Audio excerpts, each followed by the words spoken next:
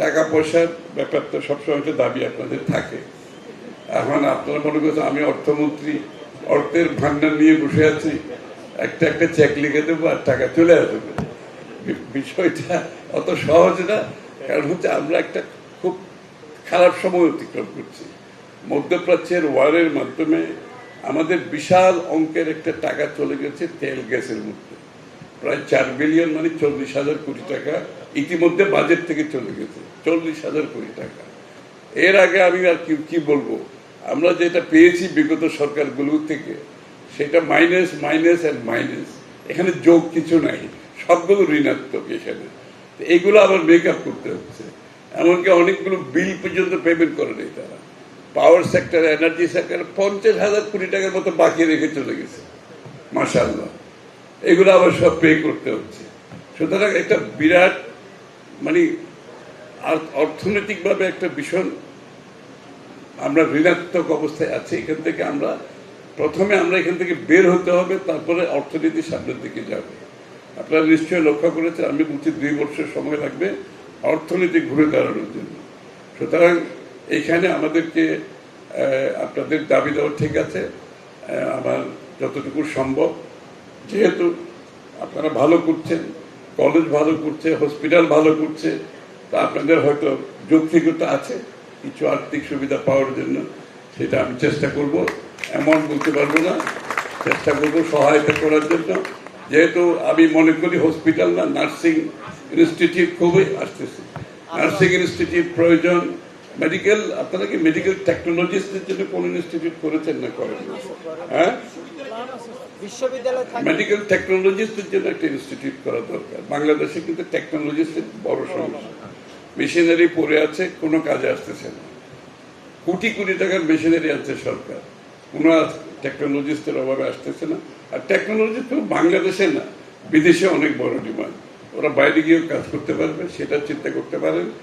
আর seat বাড়ানোর ব্যাপারে যেটা আপনারা বলেছেন, এটা কিন্তু আমি সিট বাড়ানোর ব্যাপারে একটু you have to be very careful. Seat বাড়ানোর ব্যাপারে আপনার যদি 2-3টা বিষয় আছে। টিচার স্টুডেন্ট রেশিও, ফ্যাকাল্টি আপনার আছে কিনা, টিচার স্টুডেন্ট রেশিওতে কম্প্রোমাইজ করা যাবে না, ফ্যাকাল্টিতে কম্প্রোমাইজ করা যাবে না, আপনার ফ্যাসিলিটিতে কম্প্রোমাইজ করা যাবে না।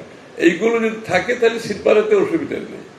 কিন্তু এইসব বাদ দিয়ে যদি আপনি সিট বাড়ান খালি ইনকামের জন্য, তখন কিন্তু আপনার কোয়ালিটি, আপনার মান কিন্তু নিচে থেকে নেমে যাবে। So you have to be very careful.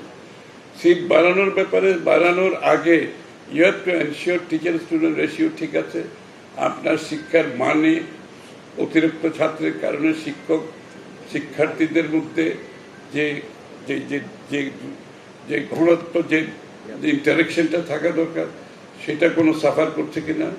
তো সব কিছু মিলিয়ে যদি এগুলো ঠিক থাকে তাহলে কিন্তু সিট বাড়াতে কোনো অসুবিধা নেই।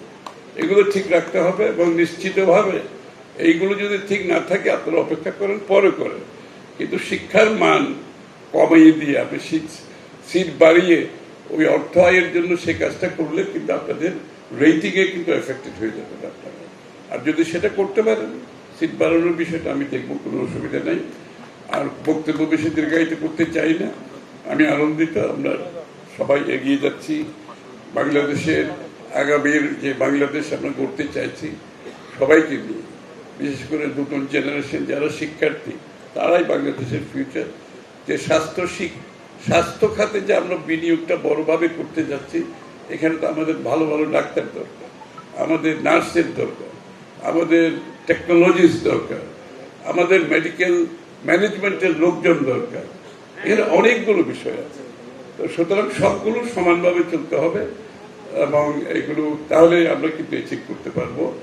আমাদের ইউনিভার্সাল হেলথ কেয়ার যেটা, সেটা আমরা সফলভাবে আমরা করতে চাই, সমাপ্ত করতে চাই, যাতে প্রতিটি মানুষের দ্বারে স্বাস্থ্য ব্যবস্থা, স্বাস্থ্য সেবা আমরা পৌঁছিয়ে দিতে পারি।